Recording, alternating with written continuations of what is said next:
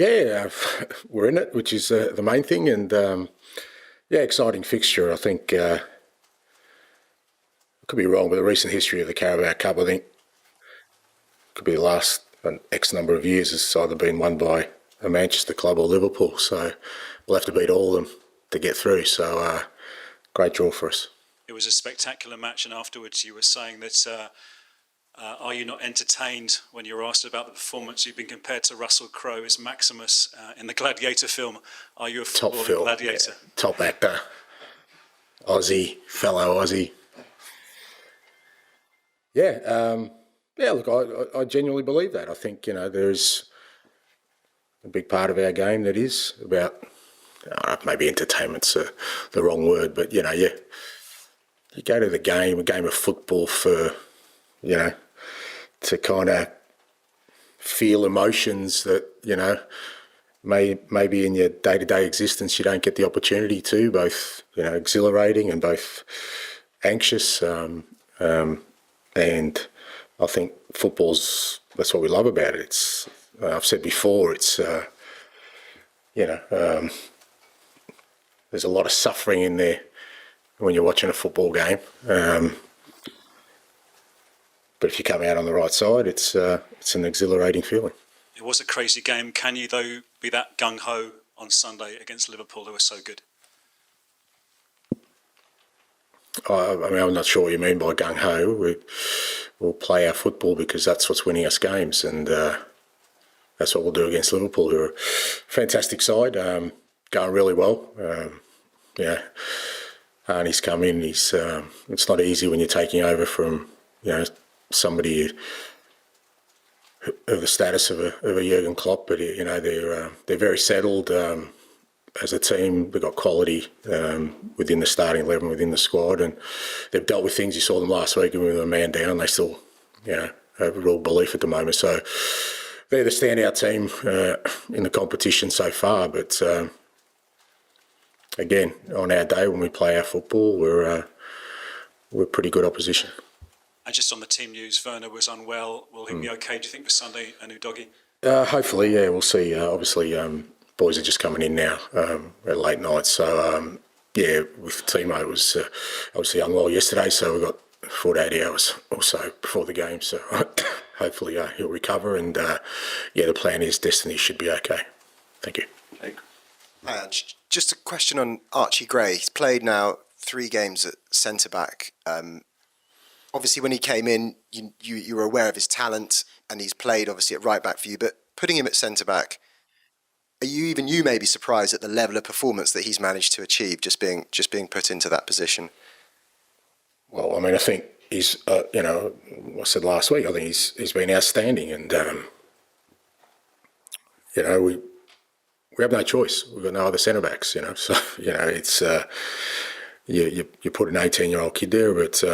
I shouldn't say 18-year-old kid because he's a man in every sense of the word, and he's handled it brilliantly, both from a footballing perspective, but also from, just like I said, if you do it for one game, you can sort of get away with it, where you put a young player out of position in one game, but he's done it in multiple games now, and he gets some pretty decent opposition. And like I said, as an 18-year-old, he's handling it so well, and it's not like he's surrounded by experience.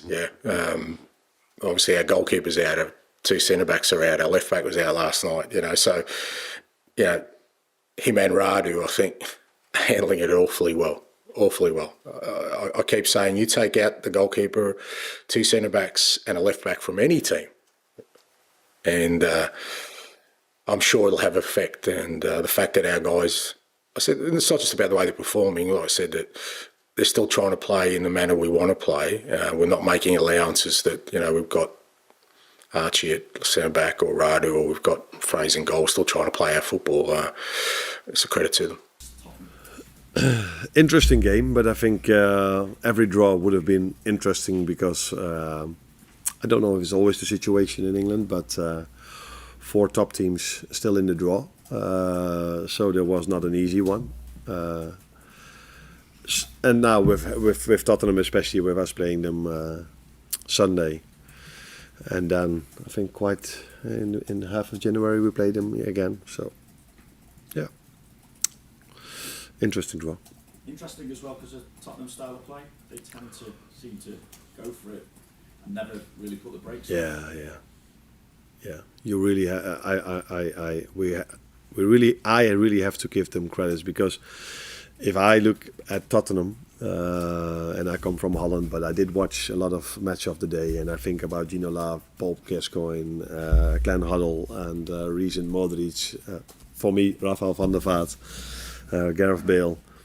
They've always been a certain brand in football for me, and a certain identity. And I think Postecoglou gives them that identity back completely. So it's every time a joy to watch them. And sometimes results once in a while go against them. But I think they were one of the teams that beat City, like us.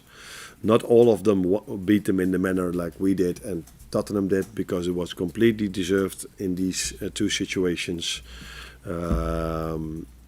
Dominated the whole game.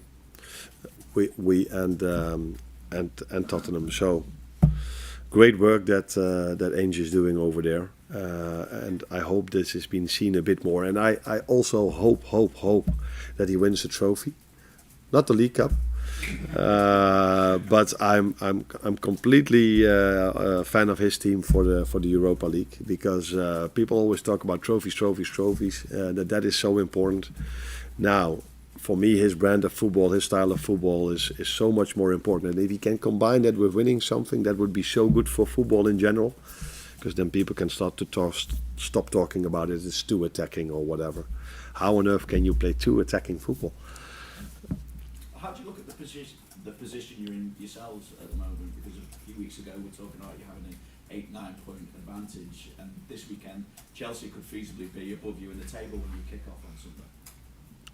Yeah, I look at it like I've said for 3, 4, 5 months. Judge the table after 19 games, because then everybody played the same opponents. Probably we all had a bit of the same bad luck and a bit of the same luck.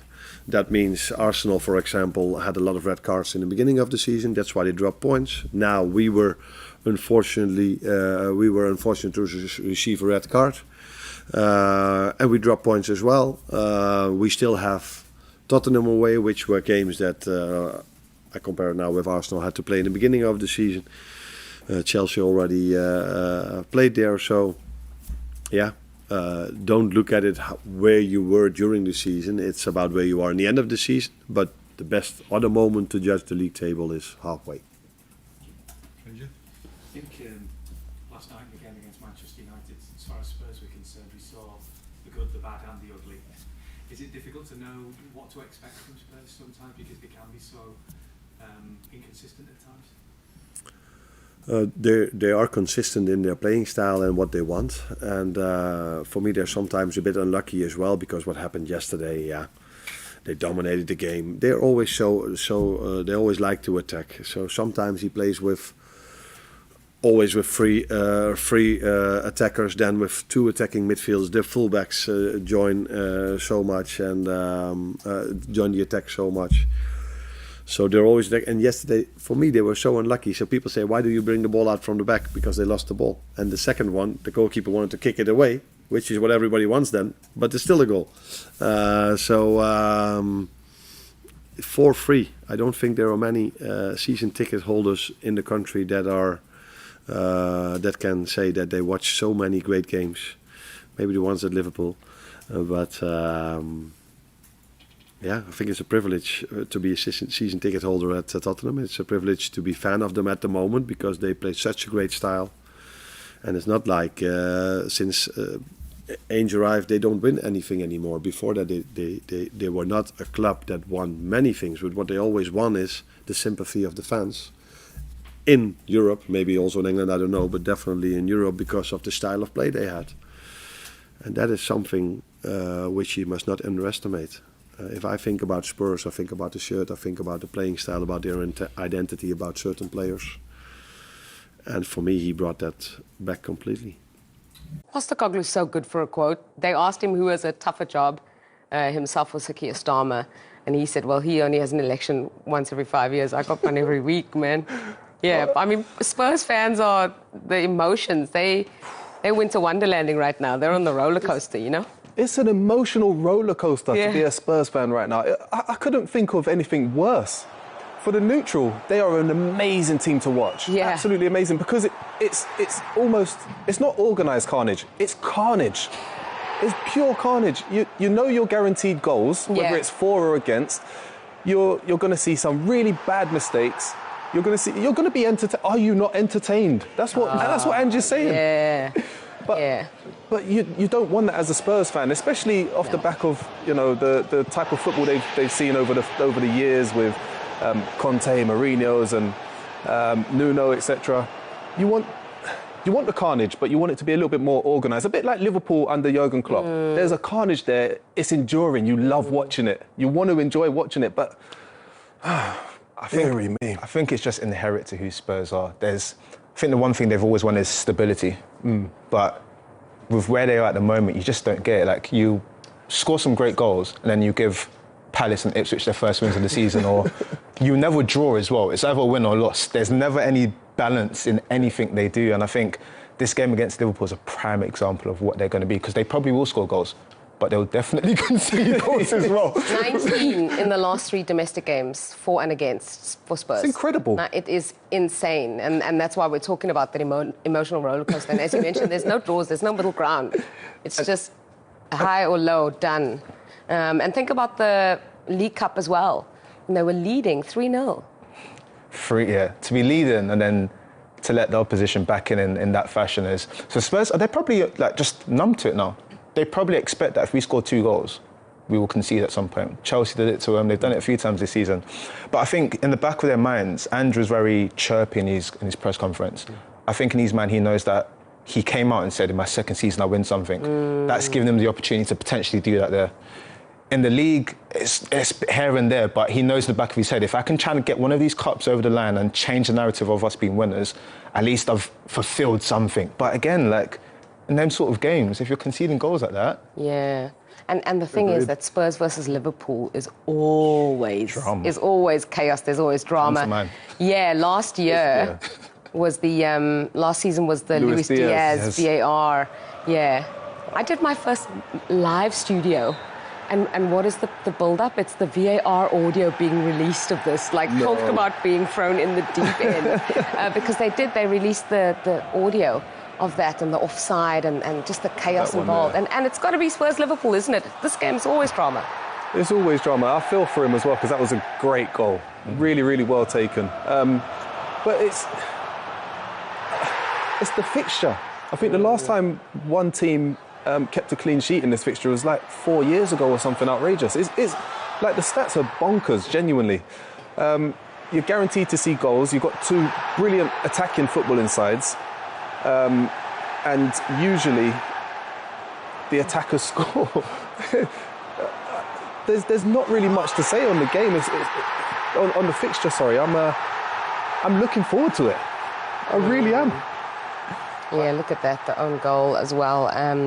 Always produce drama, as I mentioned, but Spurs have won. Liverpool have lost only 2 of their last 23 Premier League games against Spurs. So even though it gives us drama, there is a consistency for Liverpool.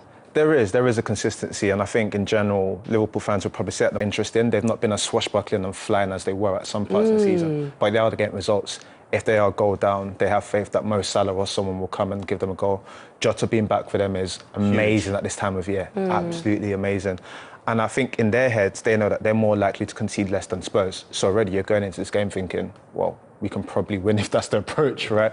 But it'll be interesting to see. The shootout you're talking about. Yeah, exactly, yeah, this is another one. But what I am intrigued is to see Spurs did against City, where they adjusted slightly.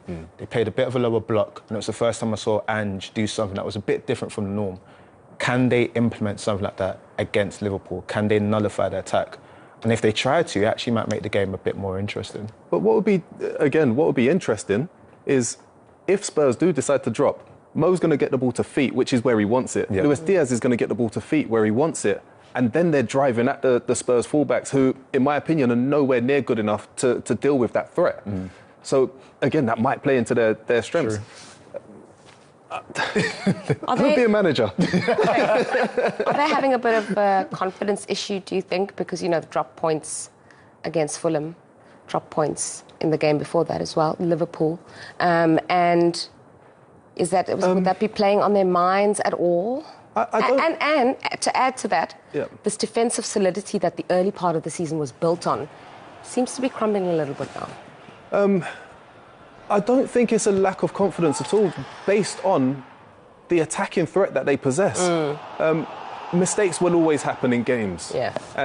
But it's how you deal with those mistakes. And we're talking about a Liverpool side who have lost one game in the Premier League all season. Yeah. You know, that stat in itself, at this stage of the season, is phenomenal. I'm not concerned or worried about Liverpool losing. I think it actually shows great character, them being able to come from behind, knowing that they trust Mo Salah and Jota and Luis Diaz. And they've got so many fantastic football players that are lethal. And Nunez, as we saw briefly there as well. I don't think they're concerned or worried in the slightest. So you don't think going into this game, any of that there'll be a little bit of dip of confidence? No. Okay. I think the same. I think, as you've just rightly said, they know that if we stay in the game long enough and we're not winning, we have the potential to. We've got match winners everywhere. We've got players of quality that can make something happen. We've got players that have X factor.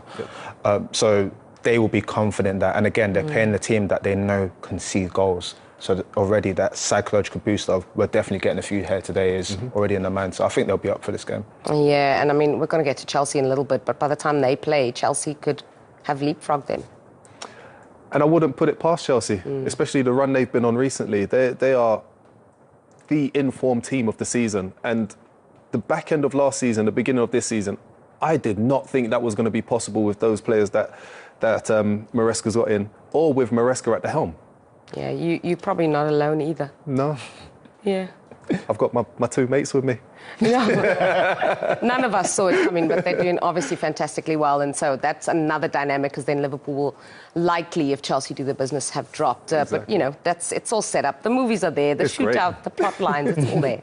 So let's round up some other big fixtures, including Arsenal taking on Crystal Palace for the second time in 4 days. OK, but Liverpool were 9 points clear. They're now 2 points clear of Chelsea. It's a different side that have made up ground on them. And they've drawn their last two. Yeah. They conceded 3 against Newcastle. They've conceded 2 in the game against Fulham at the weekend. It's not been the controlled performances that we've been used to under Arne Slot. So are there concerns for them as well? I don't think so, though. I don't know. There's a different feeling and the confidence about Liverpool, as much as it pains me to say Is it because of what Darren said, the fact that their draw against Fulham came from 1-0 down, 2-1 down to 10 men, that there was a sort of a fighting, battling aspect. The energy just feels different at Liverpool. I feel like when you watch them, they look like a team that's like when they won the league before under Jurgen Klopp, that's what they look like. Whoever's in there, whether it be Curtis Jones starting the game, he's having a great season. Harvey Elliott came on at the weekend. They have a lot of really good strength in depth. And I think Arne Slot's been able to implement his style in such a short space of time. And if everybody was able to be fit, like Jota's back now, came off the bench, but like they have a lot of injuries at Liverpool. But like what Benty said about Mo Salah, like, unbelievable. Like, give that man a new contract now for 5 years. I don't care. I know you laughed at me when I said that the other day. I don't care how old he is. Give him the contract. He is just on a different level. Look at him the weekend, like, bending the ball. He's fuming, isn't he, when he don't get the ball? I just wonder, this is me just having a little chat and speculating wildly. I just wonder if the Liverpool hierarchy might be looking at what's happening with City and some of their players in their 30s and thinking... Maybe. It can all turn so quickly. I don't know. It's such a good point. Because it's a great point. Thank you, Darren. Thank you, Leanne. Darren, do you want to... That's all we've got time for. Little curtsy and off I go. No, I just think that football, we get swept away with so much emotion. We've seen so many examples of players who have been deep in their 30s, had a sensational season. Pierre-Emerick Aubameyang at Arsenal carried them on his back before he got a new deal, dropped off. Mesut Ozil carried them on his back before he got a new deal, dropped off. We've seen so many examples of good players. And I think it's funny because my mind's changed a bit on this. On the one hand, yes, I totally agree. Salah, exceptional. He lives his life right. We've seen examples of good players. He doesn't look like a player who's in danger of dropping off anytime soon. No, he's going to be okay. He's going to be all right. But I just think that Liverpool have to say, we've got to do what suits us. And what suits us is to stay fiscally intelligent and unsentimental. And maybe it might be a year with an option. Maybe it might be 2 years with an option. It couldn't possibly be any longer than that, because you just don't know how things can change in a short space of time. I tell you who doesn't know how quickly things can change in a short space of time. With Indumentaria, la Kings Limited Gold Edition. Solo hay 50 unidades de todos los equipos y también puede ser vuestra entrando en kingsleague.pro. Así que es los datos a tener en cuenta en cuanto a indumentarias. Gran partido, Gonzalo, Gerard, el que tenemos por delante. Ojo, ojo, estilo La Bombonera, estadio de River. Hostia, más minutos de retraso en el inicio, ¿eh? Ya tenemos lío. Lo llamó Edo, dibujando la parábola sobre la banda derecha, donde en el vértice del área aparece Nadir. ¡Nadir para adentro! ¡Gol! De Nadir Lua, que tiene una facilidad pasmosa. Encuentra a Pablo, que balón para Nadir para el segundo. Se tafa de Cócera, es un golazo. ¡Es un golazo! Señoras, señores, bienvenidos al show de Nadir Lua. Pibe. El mejor. Vamos haciendo espionaje, ¿eh? Vaya mierda ha dado, pibe. Va, ya te puedes ir a la cúpula a comer, va. Tiene que salir Cócera para entregar hacia el centro. Se la regala Coy, le puede pegar Coy para adentro. Vaya chicha, nano. ¡Gol! De Porcinos Óscar Coy. Ah, pues sí. Pero es que, señores, que no te lo dije, hombre. Tenemos comodín, ¿cómo lo usamos? Penalti. Penalti. Será penalti. Cuni. Puede meter en el partido a Cuni. Jordi para adentro, qué golazo. Wow. Dios. ¡Gol! Vamos con Nadir Lua y con Laura Vizcaíno. Pues sí, Nadir, 2 goles, victoria y a cuartos, enhorabuena. Sí, sabíamos que el partido iba a ser muy importante porque veníamos de una muy mala dinámica. El equipo ha estado bien, sufríamos defensivamente y creo que hemos estado muy juntitos. Y nada, primer objetivo cumplido. Os espera Science, rival complicado, imagino. Sí, empatamos contra ellos y shootout perdimos. Ha quedado segundo por algo. Nada, concentración, confianza con nosotros mismos y intentar ganar para el sábado estar en el Wizzing. Os lo veremos mañana, mucha suerte.